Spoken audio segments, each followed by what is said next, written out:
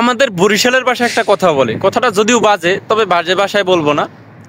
কথাটা হলো যে আল্লাহ দিয়ে শোনায় যদি কিছু জ্বালায়, তাহলে কাহুই কিনে আশ্রাইতে আশ্রাইতে জীবন যায়। তো বিষয় হলো যে এই গণঅভ্যুত্থানের পরে, 5ই আগস্টের পরে নতুন নতুন অনেকে নেতা হয়েছে না, নতুন নতুন এখন মিডিয়া কভারেজ পায়। যে ছেলেগুলোকে একটা সময় কেউ কাতাইতো না, কেউ জিগাইতো না, তাদেরকে এখন বহু মানুষ চেনে, বহু মানুষ তাদের কাছে যায়, বহু সমস্যার কথা বলে। তো এখন তো মোটামুটি একটা ক্ষমতা তৈরি হয়েছে, এখন মানুষ চেনে জানে বুঝে। পোলাপানগুলোরে আগেই কইছিলাম যে ভাই, যা ইচ্ছে তাই করো, সমস্যা নাই, তবে আগে চরিত্র ঠিক কর।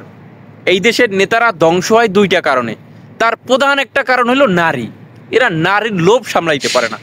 এরা ক্ষমতায় যাওয়া বা ক্ষমতায় যাওয়ার পরে নারীর লোভ, অর্থ সম্পদের লোভ, এগুলো সামলাইতে পারে না। কিন্তু এই পোলাপানগুলো আমার কথা শুনলই না। সরোয়ার তুষার নামের এক ব্যক্তি, তার অডিও ক্লিপ ভাইরাল হয়েছে। তো এই ব্যক্তি টেলিভিশনে এসে খুব সুন্দর কথা বলতেন, আমিও পার্সোনালি তার বক্তব্য খুবই ভালো লাগে আমার কাছে, আমি শুনতাম। কিন্তু বক্তব্যের পরে, এখন এই অডিও ক্লিপ ভাইরাল হওয়ার পরে, এই ফোন রেকর্ড শোনার পরে আর নিজেরই ঘৃণা লাগে যে ভাই, এই ব্যক্তির কথা এতদিন শুনতাম, যারা এতদিন তাদের বিরুদ্ধে কথা বলতো, তাদেরকে এখন ধন্যবাদ দিতে মন চায় যে ভাই, আগে যা কইছে এইটাই ঠিক, আমি যা কইছি এইটাই ভুল।